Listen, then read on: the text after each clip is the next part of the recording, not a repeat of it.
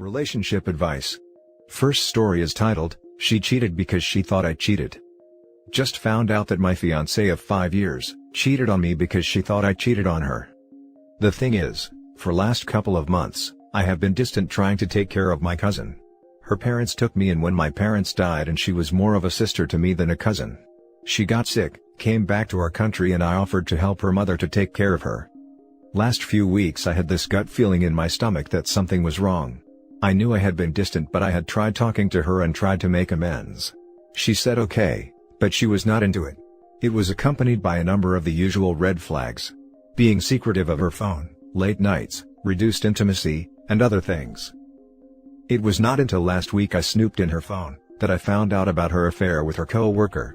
I confronted her immediately, denied at first, showed her the proof and broke down admitting to cheating. When I asked why, she said because I had been distant and thought I was cheating. That all the late nights and times I didn't answer the phone, she thought I was cheating, even despite assuring and showing her that I was not. She apologized and cried, telling me not to leave her and asking for another chance. That she loves me, and she was dumb and made a mistake. I left, and I have been staying with my cousin. She has been blowing up with texts and calls apologizing. I just feel numb about this. Now for the top advice. Phrase, because I thought you were cheating. Translation, I want to blame my actions on you because I can't face up to my failings. People who cheat always get paranoid their significant other is cheating, because they realize that they are capable of it, so their SO must be too. Projection at its finest. Sorry you are here mate, you deserve better. That's true fact. This is very true. Dated someone who cheated because he swore up and down that I was. I never did, and never even gave him a suspicion or reason to. Even after our circle of friends gave him a hard time about it, he tried telling everyone that I was doing it first so he wouldn't look as bad. People suck. What a crap show. To even think that cheating on your partner is an appropriate reaction to him maybe cheating, tells a lot about the character of your fiancé. What will she do next time, when you both hit a rough patch? When your job gets more demanding and you have to work longer than normal? What you should do now, is take care of yourself. If you had S with her, since she cheated, demand that she gets tested for STDs and get tested herself. That is the first thing you should do.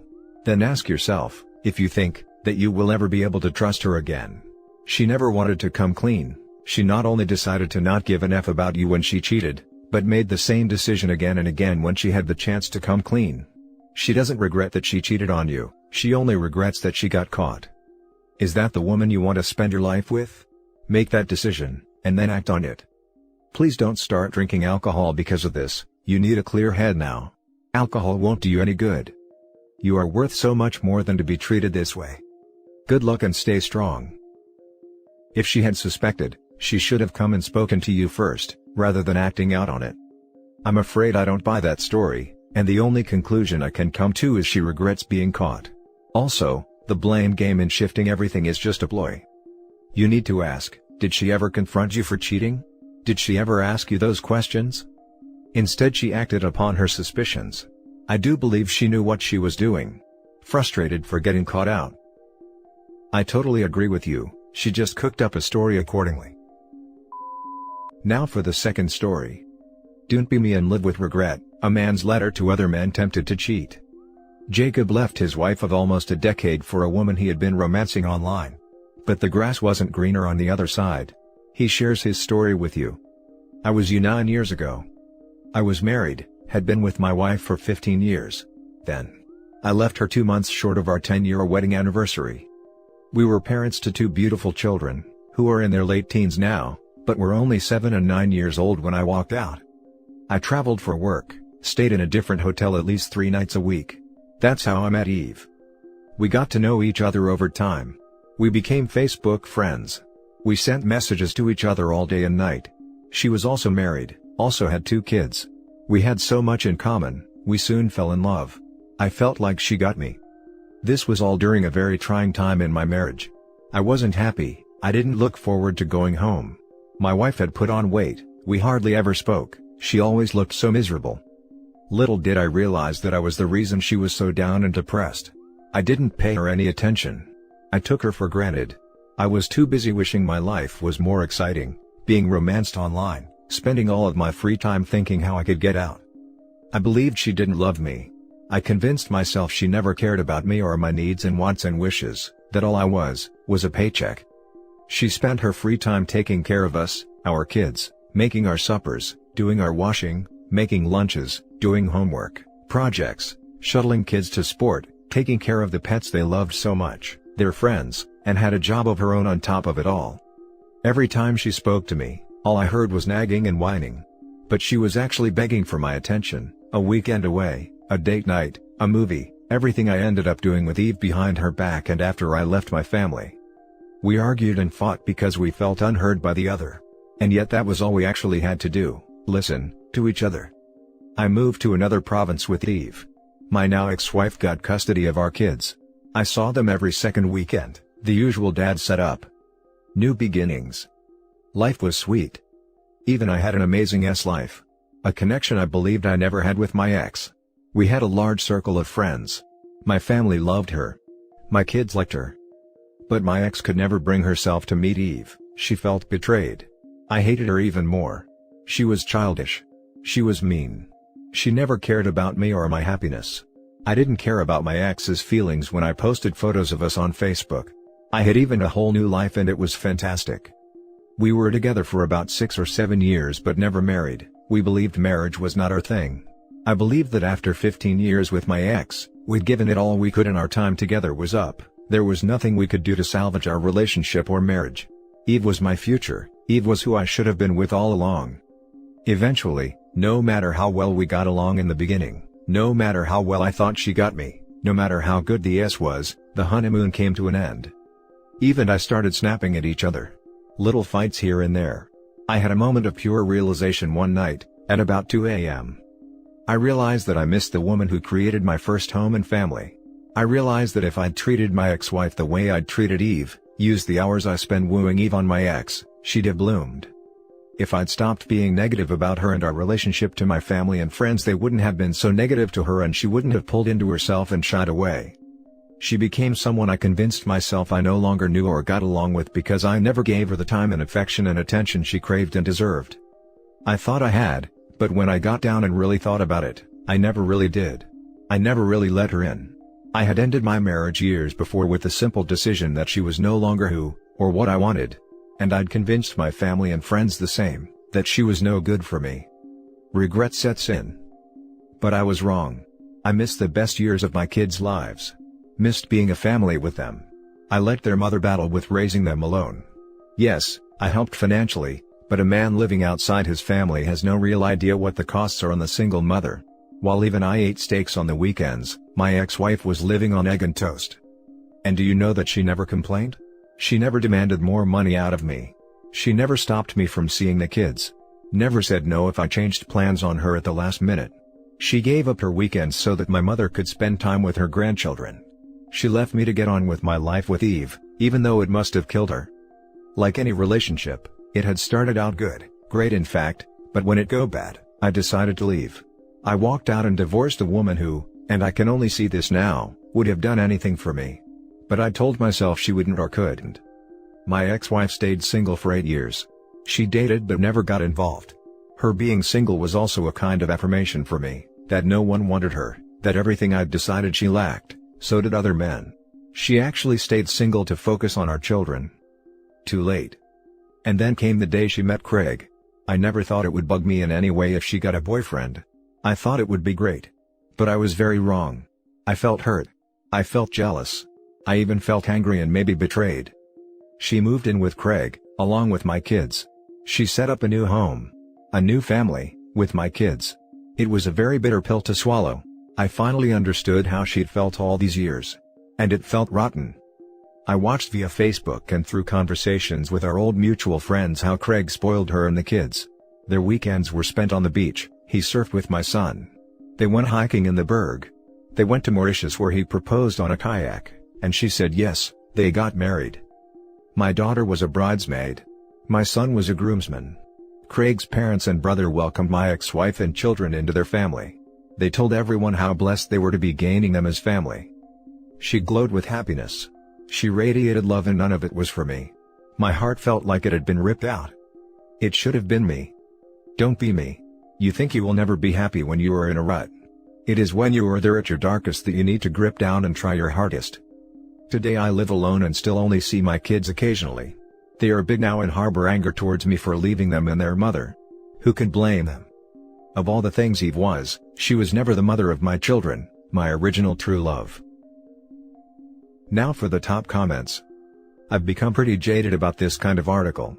How much of this is only because his new relationship didn't work out? If it had, would he be writing, "Following my heart was the best decision I ever made" instead? Because the damage he did to his wife and kids is the same no matter whether his own ending is happy or not, but he seems to think this is only a cautionary tale because he ended up miserable and alone. That's a really good point. It doesn't change how crappy a person he is in the end because he's still careless and dangerous. It's just nice, in a way, to know he's suffering just as a mild form of justice. And they say there is no such thing as happy endings. There is a similar article from a woman's perspective. The title is, "I left the love of my life because I thought I could do better. Now I'm childless and alone at 42. These perspectives, however, usually only apply in hindsight. What about regret not cheating? What if you found out that your spouse was not faithful for over a decade and you turned down a lot of experiences for nothing? I still wouldn't regret not cheating. One of the things I'm the most proud of, during my 8 months of torture following D-Day until final separation, is that I remained true to my own values and I didn't deface myself by lowering myself to my ex-wayward spouse's level. Precisely. My soon-to-be ex-husband and I have been separated for over a year, and he's been living with his affair partner for all of that time. I still haven't slept with anyone else, because I meant my wedding vows. Until my final papers show up, I won't. It's for me, not for him. It's about staying true to my word. Girl. I'm with you. I rage screamed in my soon-to-be ex-wife's face that I wasn't dating anyone out of respect for my own values, not for her, because she doesn't deserve it. I get you. I love being at peace with myself, that's true harmony. Now for the last story. My boyfriend's upset I cut my ex-best friend off for dating my ex. I've been with my boyfriend for a year. He's great and our relationship is great. My ex-best friend and I have known each other since middle school and used to be inseparable. For the past few months, she's been acting really distant and we haven't been hanging out as much, but I just thought she's busy with work and there is a quarantine. A week ago, I woke up to an Instagram post of my best friend kissing my ex-boyfriend, with the caption that he's made her the happiest woman alive. I was so shocked. This is my ex-boyfriend I was with for 3 years and my most current ex. She knows that he was verbally abusive and has beaten me twice. Second time I broke up with him. I know I should have left after the first time. I went crying to her dozens of times over him and she helped me realize I didn't deserve that treatment and gave me the courage to walk away. So, seeing her post him was just betrayal in the rawest form. I called her immediately and she said that after I broke up with him, he reached out to her to try to get back with me, but she helped him realize that he's toxic and shouldn't be in a relationship and basically became his therapist he relied on, and after a few months he changed, and they fell in love and she hopes I'll understand. She then asked me if I was still hosting her birthday party in a few weeks, and that she wants me and my ex to be cordial because we'll be around each other from now on. I hung up and proceeded to block her everywhere. I'm never planning to talk to her again. My boyfriend noticed I was in a funk and asked me what's wrong, and I told him. I thought he would understand that I'm more upset at my friend's betrayal, but he seems more focused on my ex and says that I must still have feelings for him if I was willing to cut my best friend off. I told him that I don't have feelings for my abuser, and I'm offended he would say that, but of course anyone would cut their best friend off if they dated an ex. I then saw he started liking his ex's pictures all from the past month, and when I asked him why, he went on a binge liking spree. He said that I have no room to talk since I still want my ex. He's very upset and hasn't replied to my messages all day. I have to deal with the betrayal of my best friend and now my boyfriend's pissed at me, and I feel like crap because I don't see how I'm wrong, but I don't want to play the victim. Now for the top advice. Your new boyfriend sucks. You're doing the best thing for yourself by cutting your best friend off. Your friend will end up the victim. It's perfectly okay to cut off someone who is dating your abuser. He abused you and you cried to her about it, only to find out your best friend is dating your abuser. It's traumatic and it's a betrayal. I think you should tell your boyfriend about what happened with your ex, if you haven't already. Then your boyfriend might be able to understand why you would cut her off. Since she's your best friend and dating your abuser, You would have to see your abuser anytime you see your best friend. That's unnecessarily reliving your traumas by seeing your abuser. Hopefully this helps and your boyfriend can see your point of view. If he doesn't understand, I would suggest reconsidering the future of this relationship. Especially since he did something petty to hurt you because he thinks you still have feelings for your ex. I think that alone is enough to reevaluate this relationship. So, speak to him. Explain your side and what your ex did to you that makes you want to go no contact in every way possible, which includes cutting off your best friend because she's dating him. It's more of you keeping your ex out of your life by blocking your best friend. If he still thinks you have feelings for your ex and doesn't apologize for his petty behavior of liking his ex's photos, then please think about whether this relationship should continue. Piggybacking this because it's the real correct answer. Your boyfriend obviously thinks you still want your ex. Explain to him that he was your abuser and him being near is traumatic. It has nothing to do with romantic feelings toward him. Hopefully he gets it and changes his tune. If he doesn't, then he's an idiot, but it's not fair to assume that until he's been presented with the truth. Holy crap, I'd break up with your boyfriend and never speak to him, or your ex-best friend ever again. The whole lot of them are heartless, toxic people. I am so sorry you're surrounded by all of this. Yep, the boyfriend sounds like a child. I would break it off with him ASAP. He sounds like a loser. My boyfriend cut off his friend for dating an ex because, like you said, it's a betrayal. I didn't feel any type of way about it because I would have done the same. And that's it for this video, guys. If you have thoughts to share, leave a comment below. Don't forget to hit like and subscribe if you like this content. I'll catch you in the next one. Good day, everyone.